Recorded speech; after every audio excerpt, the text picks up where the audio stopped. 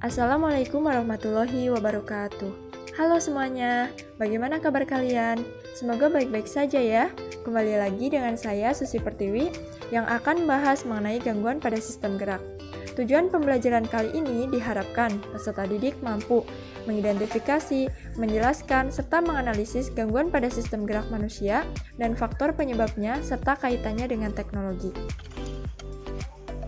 Baik, pertemuan kali ini kita masih membahas mengenai sistem rangka manusia, yaitu kelainan pada tulang, sendi, otot, serta teknologi yang berkaitan dalam mengatasi gangguan tersebut. Sebelum memasuki materi, mari kita lihat dan amati gambar pada layar. Dikaitkan dalam kehidupan sehari-hari, kita sering melihat fenomena bahwasanya seseorang yang semakin lanjut usia akan lebih rentan mengalami gangguan pada punggung, tangan, kaki, dan juga gangguan pada anggota gerak lainnya. Nah, mengapa hal tersebut dapat terjadi? Kemudian, pada gambar bagian bawah, terlihat bahwasannya seseorang yang harus kehilangan salah satu bagian dari anggota badannya dikarenakan adanya gangguan pada sistem gerak. Nah, mengapa hal tersebut dapat terjadi? Bagaimana upaya seseorang tersebut untuk mengatasi adanya permasalahan tersebut, dan apa faktor penyebab sehingga seseorang tersebut dapat mengalami gangguan pada sistem gerak manusia. Nah, untuk pertanyaan-pertanyaan tersebut yang akan kita bahas pada materi pertemuan kali ini. Materi kita pada hari ini yaitu mengenai gangguan pada sistem gerak manusia, kelainan pada tulang, kelainan pada sendi, kelainan pada otot, serta teknologi dalam mengatasi kelainan tersebut. Yang pertama yaitu kelainan pada tulang. Nah, kelainan pada tulang ini biasanya akan mengganggu aktivitas manusia. Nah, biasanya kelainan ini diakibatkan karena kekurangan vitamin D, karena kebiasaan buruk yang dilakukan secara terus-menerus, dan juga karena virus atau kecelakaan. Nah, kelainan pada tulang yang pertama ada rakitis. Rakitis ini merupakan gangguan tulang yang disebabkan kekurangan vitamin D, sehingga tulang tersebut mudah rapuh, terlihat pada kaki orang dewasa yang berbentuk O ataupun X. Kemudian yang kedua ada folio. Nah, folio ini merupakan kelainan pada tulang yang disebabkan oleh virus. Gangguan ini biasanya mengakibatkan kelumpuhan. Kemudian ada hidrosefalus. Hidrosefalus ini pembesaran rongga otak akibat akumulasi cairan spiral yang berlebihan. Kemudian mikrosefalus, gangguan pertumbuhan tulang tengkorak akibat kekurangan zat kapur. Biasanya hal ini seperti pada gambar ditandai dengan ukuran kepala yang kecil. Kemudian ada osteoporosis, disebut juga sebagai kerapuhan tulang. Nah, gangguan tulang karena terhambatnya reabsorpsi bahan tulang atau kalsium. Nah, kemudian kelainan tulang karena sikap tubuh yang salah. Mengapa sikap tubuh yang salah dapat mempengaruhi kelainan pada tulang? Hal ini dikarenakan sikap tubuh yang salah yang dilakukan secara terus-menerus dalam kurun waktu yang lama. Kelainan pada tulang ini ada 3. Yang pertama kifosis, yaitu melengkungnya tulang punggung ke belakang. Kemudian lordosis, melengkungnya tulang punggung ke depan. Dan skoliosis, melengkungnya tulang punggung ke samping. Nah, kelainan ini tadi sudah dijelaskan bahwasanya disebabkannya karena sikap tubuh yang salah yang dilakukan secara terus-menerus, seperti menulis, kemudian mengangkat beban. Kelainan tulang yang selanjutnya yaitu karena kecelakaan. Terbagi menjadi 2, ada memar dan juga ada fraktura. Yang pertama itu memar. Memar ini biasanya robeknya sendi, sedangkan fraktura ini merupakan patah tulang yang dibagi menjadi 3. Yang pertama ada patah tulang tertutup, di mana patah tulang ini tidak mengakibatkan tulang keluar dari kulit. Sedangkan patah tulang terbuka ini akan mengakibatkan tulang keluar dari kulit. Nah, kalau fissura ini merupakan patah tulang yang hanya berakibat retak pada tulangnya. Kemudian, kelainan pada sendi. Nah, kelainan pada sendi ini yang pertama itu ada kesleo. Kesleo ini biasanya sering dialami oleh kita-kita.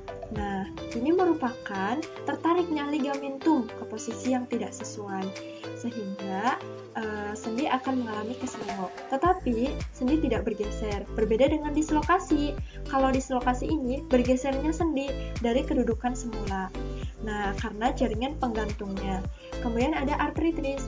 Artritis ini disebut juga sebagai peradangan pada sendi. Sedangkan kalau ankilosis ini adalah keadaan persendian yang tidak dapat digerakkan. Kemudian ada kelainan pada otot. Kelainan pada otot yang pertama itu ada kejang otot. Nah, kejang otot ini merupakan gangguan otot karena melakukan aktivitas secara terus-menerus. Sampai akhirnya otot tidak mampu lagi berkontraksi karena kekurangan energi. Yang kedua ada atrofi, gangguan otot karena otot mengecil. Nah, sedangkan untuk kebalikannya ada hipertrofi, keadaan otot yang menjadi lebih besar karena sering dilatih. Kemudian ada tetanus, kejang otot yang disebabkan oleh toksin yang dihasilkan oleh Clostridium tetani.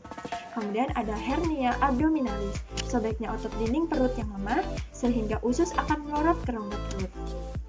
Untuk yang selanjutnya, yaitu teknologi yang berkaitan dengan sistem gerak manusia. Tidak dapat dipungkiri, aktivitas kita dalam kehidupan sehari-hari tidaklah lepas dari yang namanya teknologi. Begitupun, teknologi berkaitan dengan sistem gerak manusia, yaitu seperti penyembuhan patah tulang, penyembuhan kanker, kemudian penggantian sendi, kemudian ada implan, tangan bionik, kemudian penanggulangan kaki O, dan yang lainnya. Seperti disebutkan di awal tadi, bahwasanya terdapat seseorang yang mengalami gangguan pada tulangnya sehingga mengakibatkan salah satu bagian dari tubuhnya itu dihilangkan. Contohnya itu pada kakinya. Nah, bagaimana teknologi itu berkaitan dengan sistem gerak manusia? Nah, dengan adanya tangan bionik ataupun kaki bionik ini, di mana dapat membantu seseorang yang kehilangan salah satu dari bagian tubuhnya. Nah, pemasangan kaki bionik ini dilengkapi dengan chip komputer, di mana memudahkan pengguna dapat melakukan gerakan terkoordinasi dalam melakukan aktivitas sehari-hari, seperti berlari, berjalan, melompat, ataupun aktivitas yang lainnya. Nah, bagaimana teknologi ini sangat membantu dalam sistem gerak manusia, yaitu pada kelainan sistem gerak manusia. Oleh karena itu, kalian diberi tugas pada LKS pertemuan 4 ini, yaitu untuk membuat laporan mengenai teknologi yang berkaitan dengan sistem gerak manusia, yaitu dengan memberikan solusi-solusi bagaimana kelainan pada sistem gerak manusia ini dapat diatasi dengan teknologi. Jadi, kesimpulannya, pertemuan kita pada kali ini yaitu bahwasanya kelainan dan gangguan pada tulang dapat mengganggu proses gerakan yang normal. Nah, kelainan dan gangguan pada tulang biasanya terjadi karena kekurangan vitamin D, penyakit, kecelakaan, atau karena kebiasaan sikap tubuh yang salah dalam waktu yang lama. Yang kedua, kelainan pada sendi dapat disebabkan oleh pergerakan sendi, pergeseran sendi, karena tertariknya ligamen dan peradangan sendi. Kemudian, kelainan yang ketiga yaitu pada otot terjadi karena otot yang dilakukan terus-menerus atau sebaliknya. Nah, otot yang mengalami pembesaran karena sering dilatih atau sobeknya otot dan kejang otot. Jadi, kelainan pada tulang, kelainan pada sendi, dan kelainan pada otot ini berkaitan erat dengan teknologi, di mana teknologi mampu mengatasi gangguan yang terjadi pada sistem gerak manusia. Sekian yang dapat saya sampaikan.